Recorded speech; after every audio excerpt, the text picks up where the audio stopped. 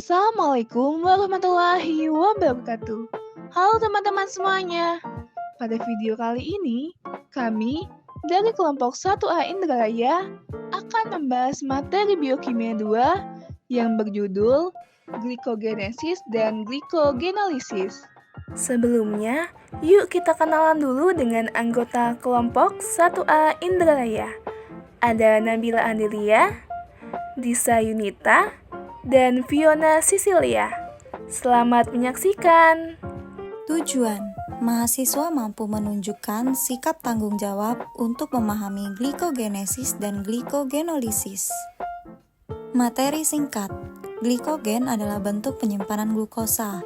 Sintesis dan degradasi glikogen diatur dengan hati-hati sehingga glukosa yang cukup tersedia untuk kebutuhan energi tubuh. Baik glikogenesis dan glikogenolisis dikendalikan terutama oleh 3 hormon, yaitu insulin, glukagon, dan epinefrin. Glikogenesis dan glikogenolisis adalah 2 proses metabolisme yang melibatkan karbohidrat. Glikogenesis adalah proses pembentukan glikogen dari glukosa, sedangkan glikogenolisis adalah proses pemecahan glikogen menjadi glukosa. Prosedur proyek 1. Carilah materi glikogenesis dan glikogenolisis dari berbagai sumber. 2. Baca dan pahami materi tersebut. 3. Tentukan objek yang akan digunakan. 4. Buatlah video mengenai glikogenesis dan glikogenolisis. 5. Lalu edit video yang telah dibuat dengan kreatif supaya lebih menarik. Proses glikogenesis yang pertama, sintesis glukosa 1-fosfat. Glukosa 6-fosfat diubah secara reversibel menjadi glukosa 1-fosfat oleh fosfoglukomutase, suatu enzim yang mengandung gugus fosforil yang terikat pada residu serin reaktif. Gugus fosforil enzim dipindahkan ke glukosa 6-fosfat membentuk glukosa 1,6 bisfosfat. Saat glukosa 1-fosfat terbentuk, gugus fosforifil yang melekat pada C6 ditransfer ke residu serin enzim. Yang kedua, sintetis UDP glukosa. Pembentukan ikatan glikosidik adalah proses endergonik. Derivatisasi gula dengan gugus pergi yang baik memberikan kekuatan pendorong untuk sebagian besar reaksi transfer gula. Untuk alasan ini, sintetis gula nukleotida adalah reaksi umum yang mendahului transfer gula dan proses polimerisasi. Glukosa uridin difosfat atau UDP glukosa lebih reaktif daripada glukosa dan ditahan lebih aman di tempat aktif enzim yang mengkatalisis reaksi transfer atau disebut sebagai kelompok glikosil transferase. Karena UDP glukosa mengandung 2 ikatan fosforil, maka sangat reaktif. Pembentukan UDP glukosa yang nilai delta GO-nya mendekati 0 adalah reaksi reversibel yang dikatalisis oleh UDP glukosa pirofosforilasi. Namun, reaksi didorong sampai selesai karena pirofosfat atau PPI segera dan irreversibel dihidrolisis oleh pirofosfatase dengan kehilangan energi bebas yang besar, sebesar min 33,5 kJ per mol. Yang ketiga, sintesis glikogen dari UDP glukosa membutuhkan 2 enzim. Yang pertama, glikogen sintase yang mengkatalisis transfer gugus glukosil dari UDP glukosa ke ujung glikogen yang tidak mereduksi. Dan yang kedua, amilos 1,4 sampai 1,6 glukosil transferase atau enzim percabangan yang menciptakan ikatan 1,6 untuk cabang-cabang dalam molekul.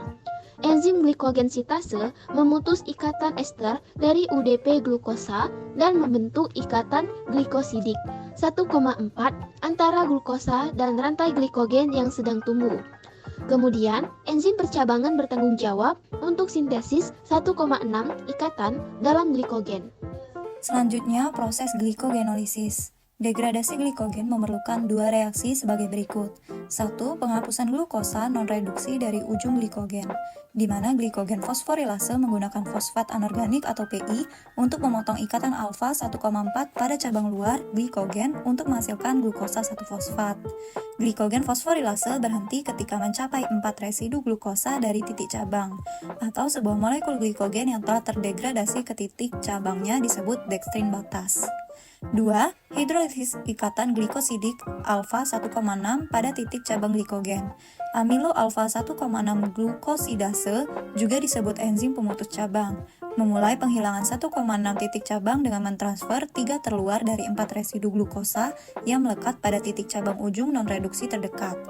Kemudian pemutusan residu glukosa tunggal yang melekat pada setiap titik cabang. Produksi dari reaksi terakhir ini adalah glukosa bebas. Glukosa 1-fosfat, produk utama glikogenolisis, dialihkan ke glikolisis dalam sel otot untuk menghasilkan energi untuk kontraksi otot. Dalam hepatosit, glukosa 1-fosfat diubah menjadi glukosa oleh fosfoglukomutase dan glukosa 6-fosfatase yang kemudian dilepaskan ke dalam darah.